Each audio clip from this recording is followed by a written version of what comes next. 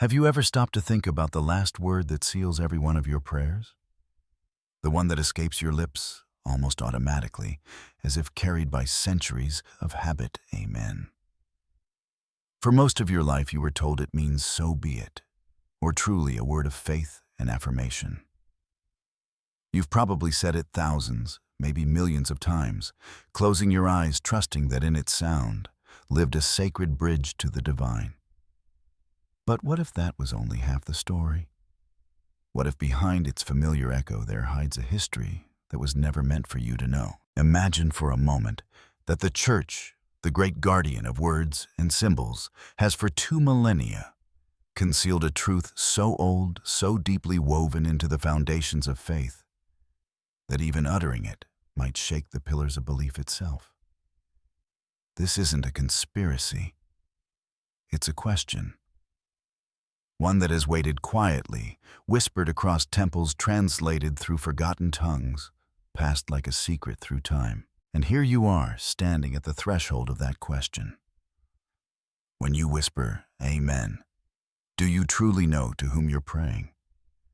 Is it the God you were taught to love, or someone else, someone far older whose name once resonated beneath the desert suns of another civilization? Tonight, we begin a journey through faith history and forbidden philosophy, a journey guided by the mind of one man who dared to ask what others feared to imagine. Stay with me, because once you see what lies beneath this single word, you may never pray the same way again. Centuries ago, in the narrow streets of Amsterdam, lived a man whose mind refused to bow. His name was Baruch Spinoza. To some, he was a heretic. To others, a saint of reason. To all, he was dangerous because he dared to think beyond the walls built by religion. Spinoza was not content with repeating what was written. He needed to see what was hidden beneath the ink. For that, his own community cast him out, cursing him, in a ceremony so severe that even his name was forbidden to be spoken aloud. But exile did not silence him. It set him free. Behind a small window surrounded by the dust of ground lenses and the quiet hum of thought, Spinoza searched through the languages of the ancients, Hebrew, Greek, Latin, Aramaic, seeking the fractures where truth might have slipped through. To him, sacred texts were not chains, but maps, and every word a clue left by the human soul on its long pilgrimage toward understanding. He saw something that others refused to see. That religion, in its hunger for control, often borrowed, reshaped, and renamed the wisdom of those it conquered. And in this realization, a question began to burn inside him, one that would make even the bravest thinkers hesitate. Could the most sacred word in prayer, Amen, carry within it a memory not of Jerusalem, but of Egypt? Could it be that every time the faithful sealed their prayers, they unknowingly invoked not the God of their creed, but a God long forgotten by history, hidden yet eternal? Spinoza followed that thread into the shadows of ancient civilizations, knowing well that what he might find could cost him everything. But for him, truth was worth any price. His search would lead to a revelation so profound, so unsettling, that even centuries later, its echo still trembles beneath the quiet murmur of our prayers. For generations, believers have been taught a simple and elegant explanation.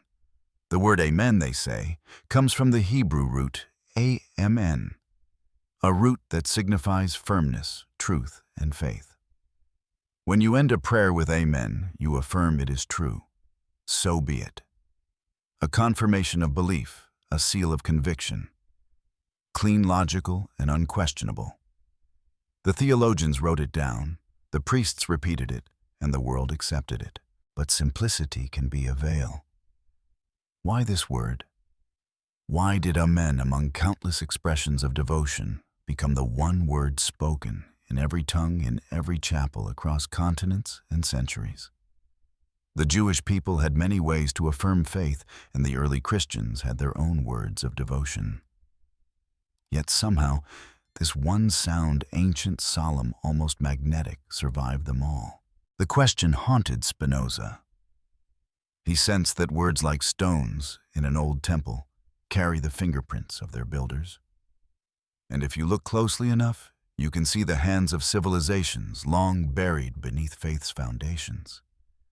He began to suspect that the story told about Amen was too neat, too polished, like a mirror carefully cleaned to hide the cracks beneath.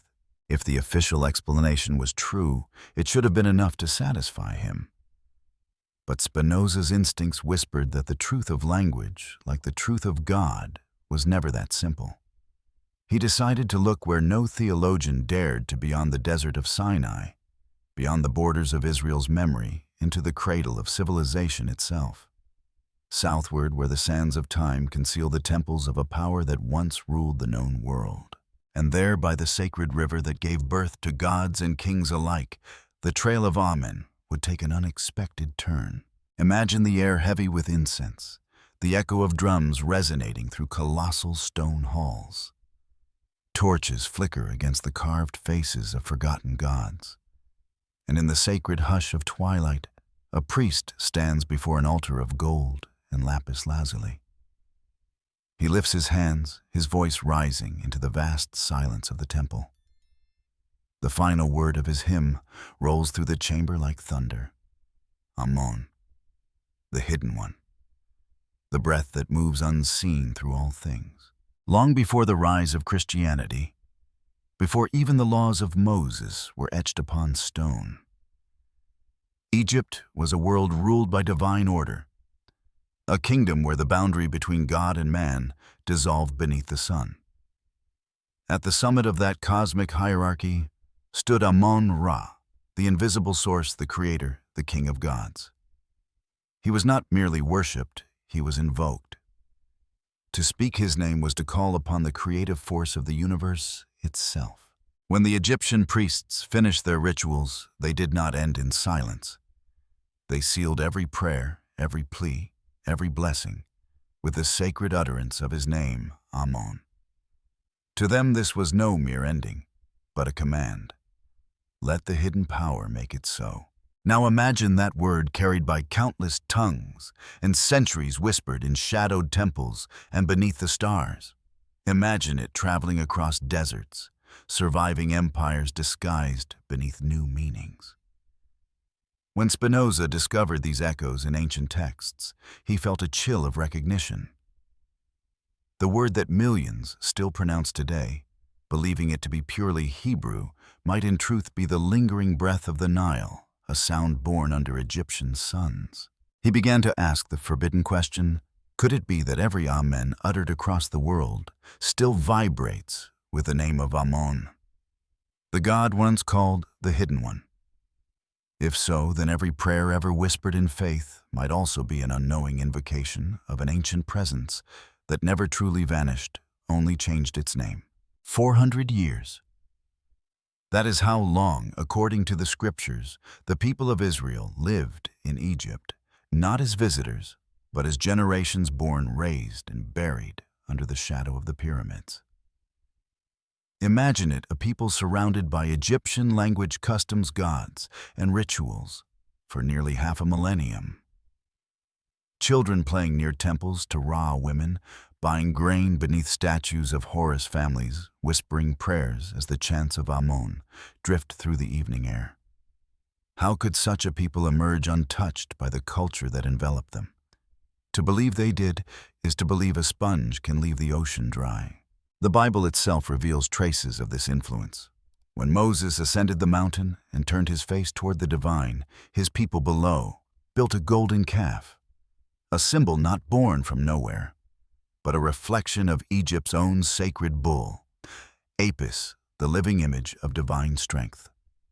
Again and again the prophets warned against idolatry, against foreign gods, against returning to Egypt, because Egypt never truly left them. It lingered hidden within words, symbols, and habits too ancient to name. And then Spinoza found something remarkable, not in myth, but in language itself.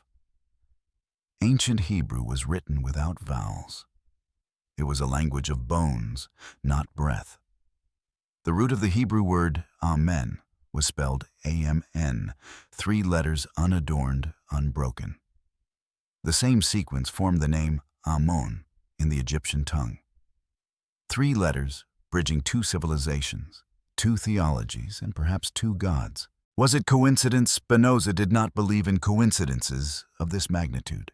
He believed in echoes, traces of forgotten truths, carried forward by the inertia of memory. To him, Amen and Amun were not just linguistic twins, but spiritual reflections, the same sound crossing millennia, reshaped by faith, disguised by doctrine. Perhaps the Hebrews, after centuries in Egypt, adopted the sound, unknowingly repeating a word they had heard seal prayers in marble temples by the Nile. Perhaps in time they forgot its origin, giving it new meaning, sanctifying it with new faith. And when their descendants built new altars, they carried that word with them, a fossil of Egypt's invisible God, buried in the heart of monotheism itself. But for Spinoza, the question was no longer how the word survived. The question was why it was allowed to. Because if this connection was real, then someone somewhere must have known.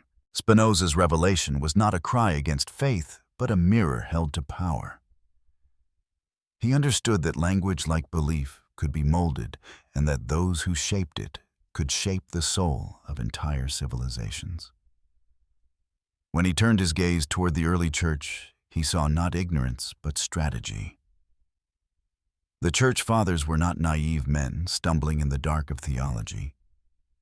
They were brilliant scholars, masters of history, well versed in the myths of Egypt and the tongues of the ancient world. They knew of Amun-Ra, of his worship, that once filled Rome's streets through the cult of Isis. They knew the world their faith sought to conquer was saturated with Egyptian echoes. When they encountered the word Amen in the Hebrew scriptures, they faced a choice: erase it and risk unsettling the faithful, tearing apart the fragile bridge between old and new, or redefine it, cleanse it, baptize it in Christian meaning, declare that it meant not Amun, but so be it. In that subtle act of redefinition, the church secured both its authority and its continuity. The sound remained the same, but the ownership changed hands. It was a masterstroke of adaptation, what Spinoza would later describe as organized superstition religion, as the most refined instrument of control. For what better way to command the hearts of believers than to let them keep the familiar sound, the comforting ritual, while silently altering its essence? The word Amen became both a key and a lock. A door that led nowhere new, yet kept the illusion of divine certainty alive. Over centuries, this tiny syllable would travel through cathedrals, echo across the marble of St. Peter's Basilica, and fall from the lips of popes and peasants alike. Few questioned it. Fewer still dared to trace it back to the sands of Luxor and Karnak. The church had chosen the safer path, not the path of truth, but of order. And so, every prayer ended with a sound, older than the cross, older even than the law of Moses, a sound that once summoned a God of the sun and of the hidden breath of creation. Spinoza saw in this not blasphemy but irony, that the world's most enduring faiths had inherited their final word from a civilization that worshipped the invisible, the unseen, the hidden one. But the deeper question remained, and it haunted him. And perhaps it should haunt us too. If such a word could be redefined, what else had been rewritten? Spinoza never saw his discovery as an attack on God. To him, it was a window into something far greater, the vast impersonal intelligence woven through every particle of existence. He believed that what people call God is not a king sitting upon a throne, but the living fabric of reality itself. The laws of nature, the pulse of the universe, the reason that breathes through all things. The tragedy, he thought, was that humanity had forgotten this truth, replacing the infinite with a name, the mystery, with a manual. He wrote of a divine presence that needs no temples, no intermediaries, no magic words to be heard. And yet, he saw how religion had turned the act of prayer, once a raw conversation between the soul and the cosmos, into a ritual of precision, a formula of obedience. You were taught that your prayers must end a certain way, that without the final word, they would not reach heaven. You were taught to fear mistakes, to believe that only through the right recitation could you be seen forgiven, accepted. Spinoza's revelation about Amen shattered that illusion. It wasn't about proving that people were secretly praying to an Egyptian god. It was about showing how easily sacred systems transform the unknown into mechanisms of control. Because if the divine is bound by formula, then only those who know the formula, priests, preachers, theologians, can claim to speak on your behalf. The mystery becomes a hierarchy. The infinite becomes a rule book. But what if it was never meant to be that way? What if the universe listens not to words, but to intentions, to the silent current of emotion beneath the voice? What if Amen was never the key that unlocked the door to God, but merely the echo of a key, long misplaced? Spinoza believed that to know the divine was not to obey it, but to understand it. To pray was not to petition a being outside yourself, but to awaken the presence that already lives within you. The word Amen, once stripped of its authority, becomes only a relic, a reminder that no word, however sacred, can capture the boundless. In that realization lies the beginning of freedom, the understanding that faith is not repetition, but awareness. That the divine has never waited for your permission to speak. It has been whispering all along in the language of breath, of thought, of life itself. For centuries, the faithful were taught that salvation depended on obedience, that the right words, the right rituals, were the only bridge between the human and the divine. Fear was the mortar that kept this structure standing. Fear of punishment, of error, of divine silence. Spinoza's words strike that fear at its root. If the sacred connection has never depended on formulas, then the entire architecture of guilt collapses like sand before the tide. Imagine shedding that fear. Imagine kneeling in prayer and feeling for the first time that you are free to speak or not speak at all. That the divine listens not through syllables, but through the quiet sincerity of your heart.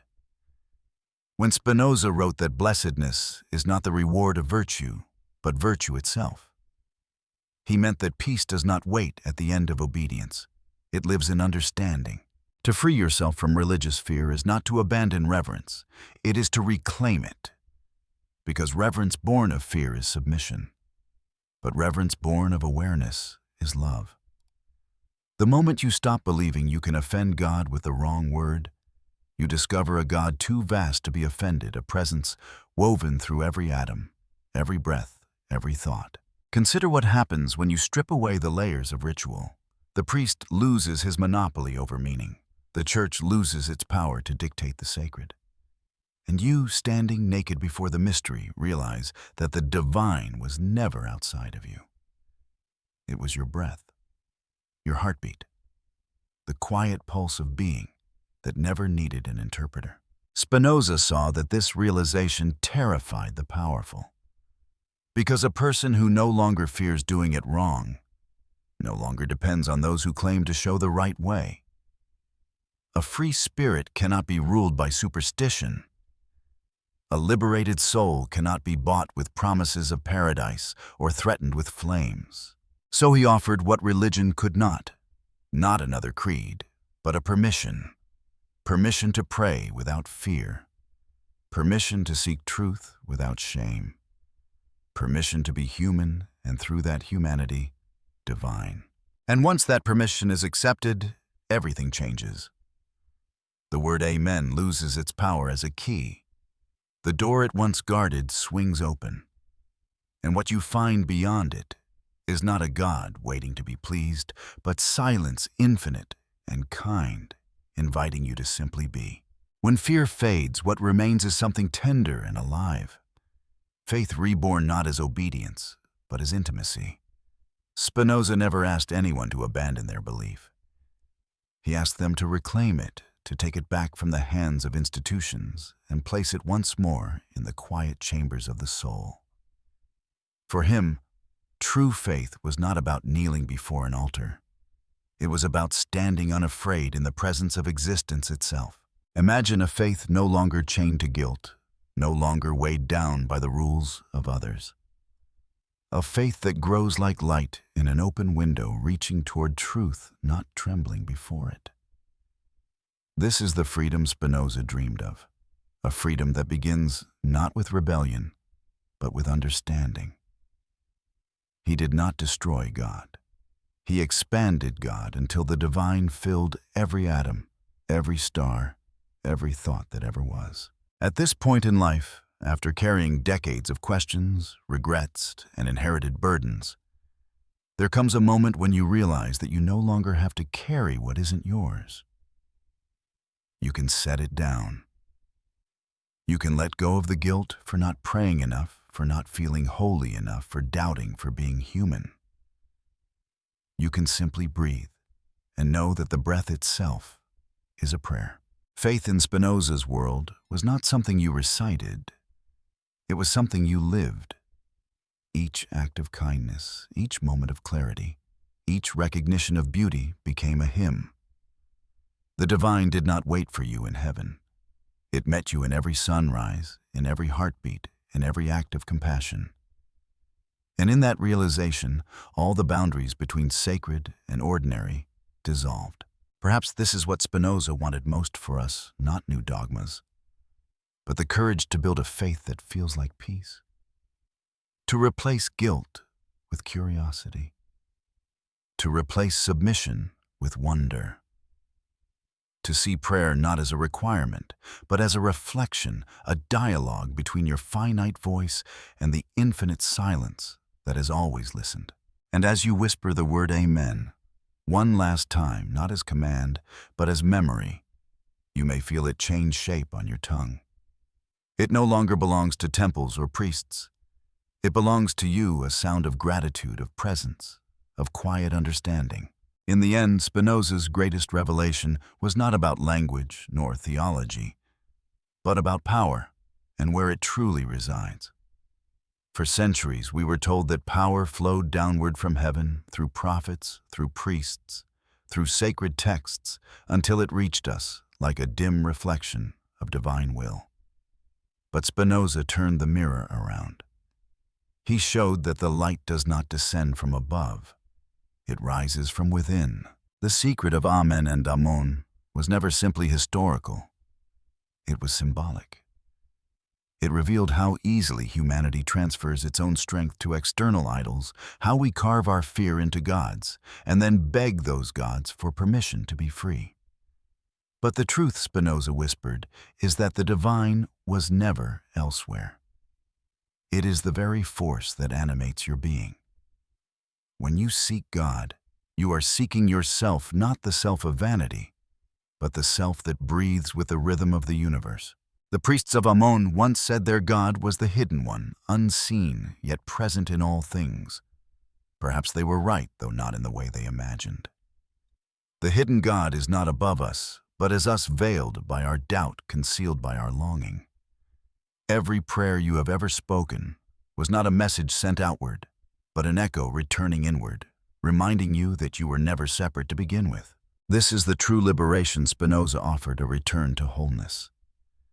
To see that no word, no ritual, no authority has power over the divine spark within you. That when you close your eyes in silence, you are as close to the sacred as any prophet who ever lived. That the universe does not demand worship. It invites participation. So when you speak Amen, now speak it not as submission, but as realization.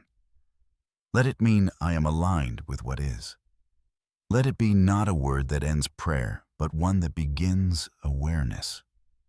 Because the real secret, the one buried beneath temples and dogma alike, is this: the power was never in the word. The power was always in you. Now that the veil has lifted, the journey turns inward once more. This is not the end of the path, but the beginning of another kind of prayer, one spoken through reflection, courage, and shared awakening. The voice that has guided you thus far grows softer, more intimate, inviting you to become part of something larger than belief. A community of seekers, not of followers.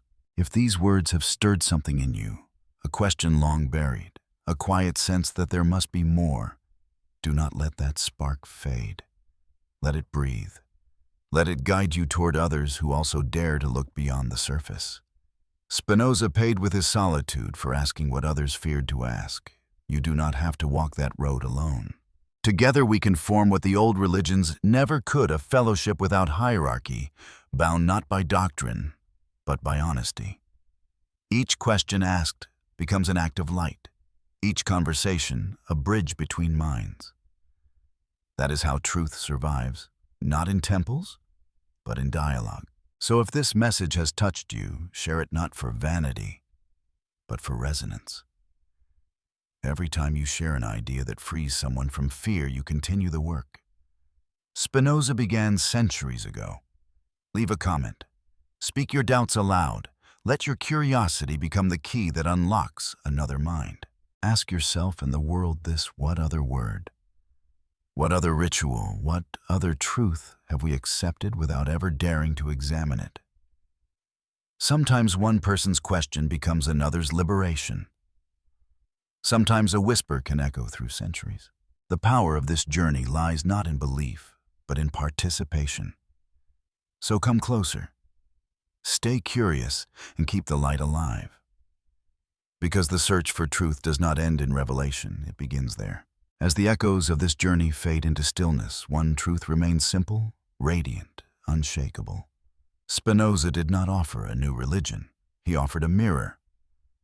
In it, he asked us to see what was always there, that the divine is not a destination, but the substance of existence itself. You are not outside of it. You never were. The word Amen now rests differently upon your lips. It is no longer a command to the heavens, but a whisper of understanding. A gesture of gratitude for being part of something infinite. Every breath, every heartbeat, every act of awareness is a continuation of that word. Its true meaning was never "so be it," but "I am." Look around you, the light on the wall, the sound of the world moving quietly beyond your window, the pulse beneath your skin. All of it speaks the same language. You don't need a priest to translate it. You don't need to earn permission to feel it. The sacred is not hidden. It is simply overlooked. Spinoza's gift to us is not knowledge, it is courage. The courage to see through illusion without losing reverence. The courage to question and still love what remains. And perhaps most of all, the courage to live without fear of the infinite. So as this story closes, take one last breath of silence. Let it fill you. Let it remind you that the peace you've been seeking in prayer has always been within you, waiting patiently to be recognized. The light you search for does not dwell in temples or scriptures. It lives in your reason, your compassion, your willingness to wonder. You are part of the divine fabric that Spinoza called God, and that more than any revelation is the true Amen.